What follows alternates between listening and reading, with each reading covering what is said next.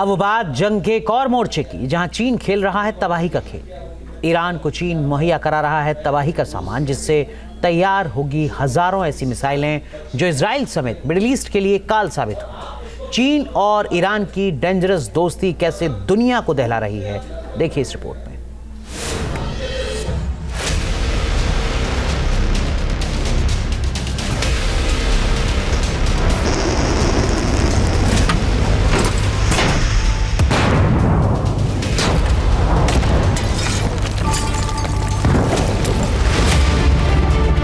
से तबाही का सामान जुटा रहा है ईरान।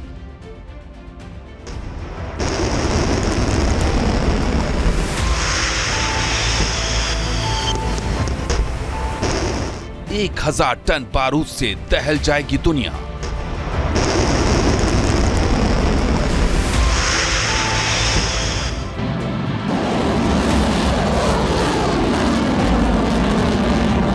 क्या मिट जाएगा मिडिल ईस्ट का वजूद?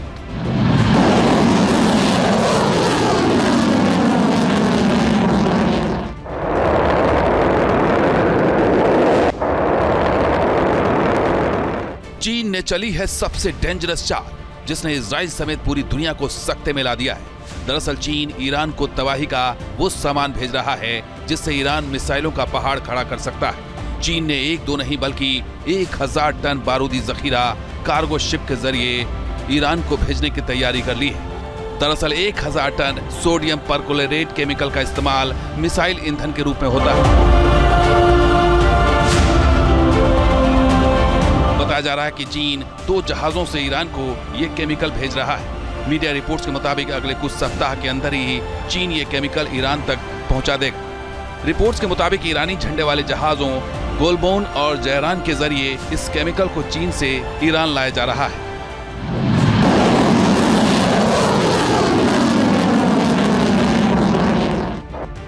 इस 1000 टन सोडियम परक्लोरेट से 960 अमोनियम परक्लोरेट बनाया जा सकता है, जो मिसाइलों के लिए ईंधन का काम करता है। मिसाइल के ईंधन में 70% अमोनियम परक्लोरेट का इस्तेमाल किया जाता है।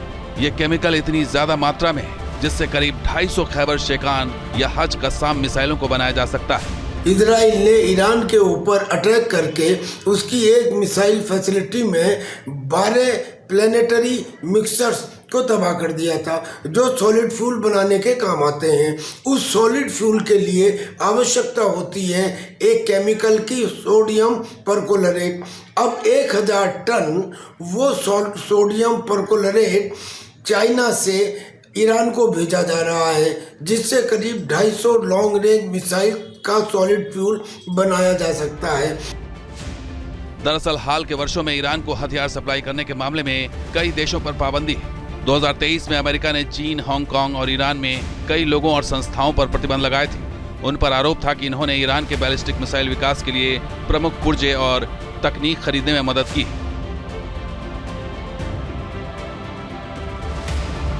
पिछले साल जुलाई में अमेरिका ने ईरान, चीन और हांगकांग में स्थित 5 व्यक्तियों और 7 संस्थाओं पर प्रतिबंध लगाए थे।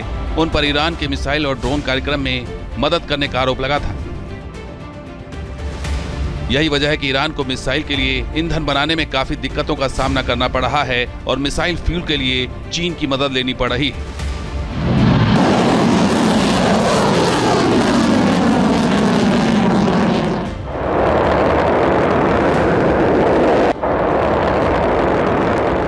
इजराइल के साथ वॉर से भी ईरान को झटका लगा है। इजराइल ने पिछले साल अक्टूबर में ईरान पर हमला करके उसकी लंबी दूरी की मिसाइल के फ्यूल बनाने के सामान को तबाह कर दिया था।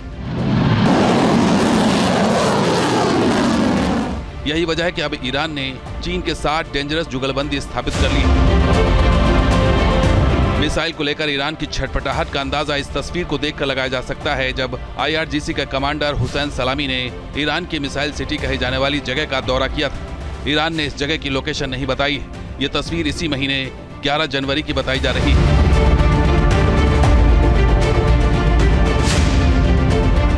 एक तरफ ईरान का फोकस मिसाइलों पर है, तो वहीं उसके एटम बम के मंसूबे अब भी दुनिया को डरा रहे हैं।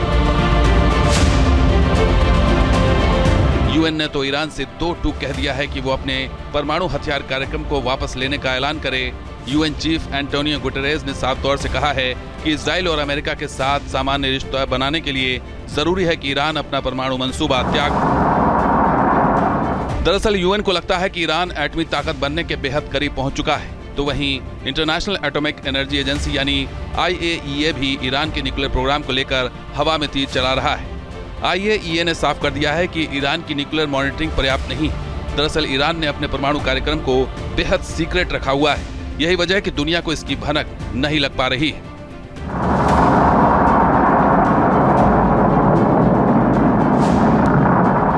ईरान में खोमेनी को भी कहा और ये कहा कि न्यूक्लियर बम बनाना हमारी सिक्योरिटी के लिए आवश्यक है। इसके बाद यूनाइटेड नेशंस के सेक्रेटरी जनरल श्री गुटेरस ने ये कहा कि ईरान रिनाउंस कर दे कि वो न्यूक्लियर एटम बम नहीं बनाएगा, और अगर ऐसा नहीं होता है तो बहुत मुमकिन है कि अमेरिका इजराइल को कहे कि वो ईरान की न्यूक्लियर फैसिलिटीज के ऊपर अटैक करे। न्यूज नेशन अब व्हाट्सएप पर खबरों के ताजा अपडेट के लिए न्यूज नेशन के इस QR कोड को स्कैन करें।